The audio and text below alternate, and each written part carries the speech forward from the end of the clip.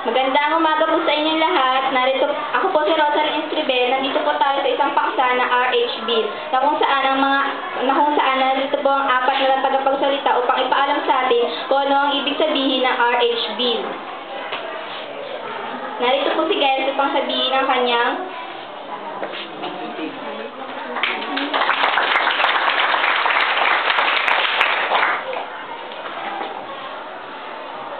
Si Gels Birote A. Ocaña na sumasang-ayon sa RH Bill. Sa kadahilan ng dahil po sa RH Bill, maaari pong wala na pong maghirap na tao sa Pilipinas dahil po oonti na po ang populasyon sa ating bansa. Kung hindi po natin ipapatupad ng RH Bill, maaari pong lumobo ang populasyon ng ating bansa at marami na pong maghihirap na tao at magkakaroon po ng mga krimen.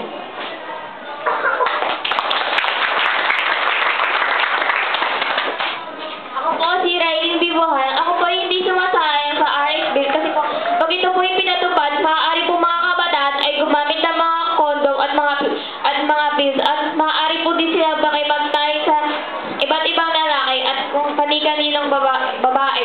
Pag ginamit po nila yung kondom na yon, hindi po sila matatakot na makapagtalik kasi po alam po nila na hindi po sila mabubuntis. Ayun po yung pinatupad ng batas ng RH Bill ng batas ng Pilipinas. At yung pinagbabawal din po sa simbahan yung RH Bill kasi para daw po, sabi po ng side comment po ng simbahan, para po pinapatay po natin yung bata sa sinasapunan ng ina.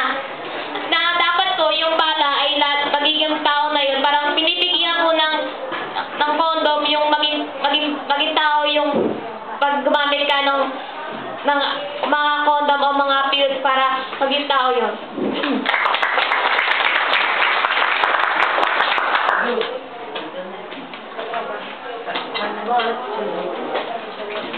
Nga pala, si Jeffrey Ocandol. Ako hindi sumasangay sa RH Bill. Ang agang pag-aasawa at pagdanas ng kahirapan ay sanhi ng di pagpaplano para sa kinabukasan.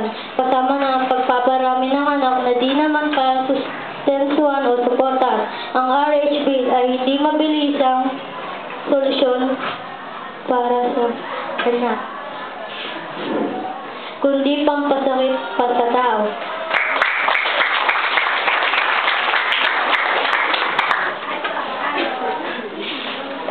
Magandang umaga po sa inyong lahat. Ako po si Rizal Bermedo na sumasang-ayon sa RH Bill or Reproductive Health Bill. Ukol po sa aking napagtanungan, ang RH Bill po ay kailangan ipatubad dahil ito po ay nakakatulong sa mga batang namamalimos at hindi nakakapag-aral lang dahil sa namamalimos lamang sila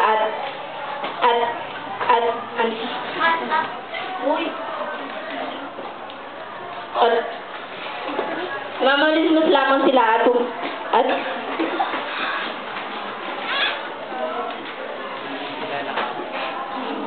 sa mga lansangan lamang sila kumukuha ng kanilang kinabubuhay. Thank you po.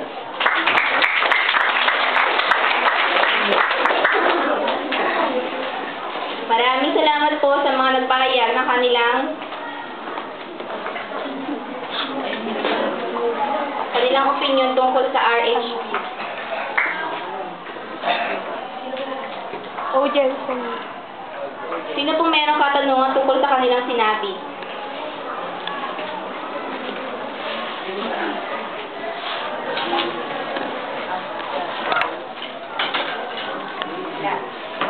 Nais ko lang po magtanong kay Rizalyn, kung papayag po siya na ipatupad ang RH Bill, paano niya po ito mapapatupad? Ay, ulit ko ng tanong.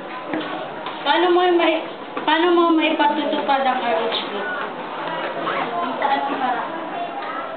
Sa paggamit ng tama at hindi lubos-lubos na paggamit. Maraming salamat po sa tanong.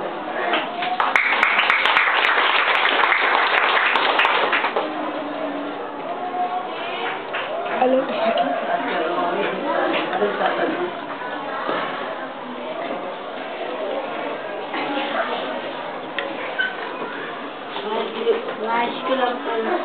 magtanong isang katanungan kay Judge Okan.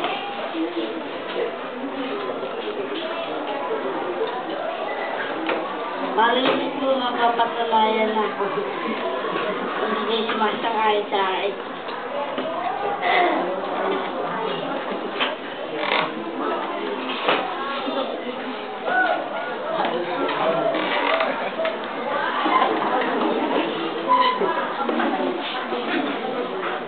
Pasensya na po, ako po ay sumasang-ayon sa RHP.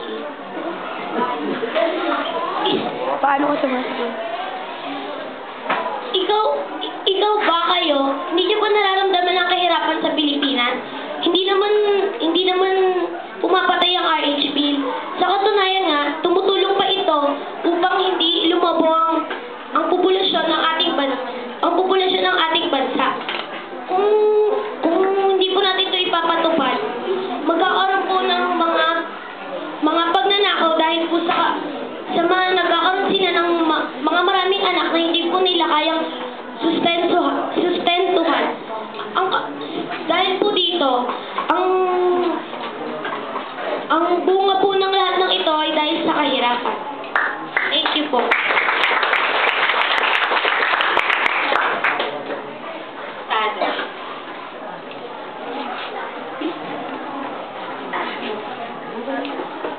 Tatanong ko lang kay Jael. Ano ba ang batayan mo bakit ka sumasang-ayon sa RHB?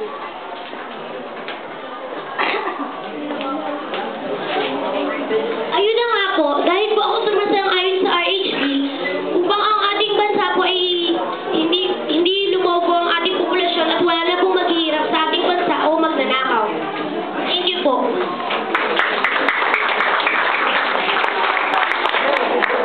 Maraming salamat po sa mga napayag ng kanilang opinion tungkol sa RH bill.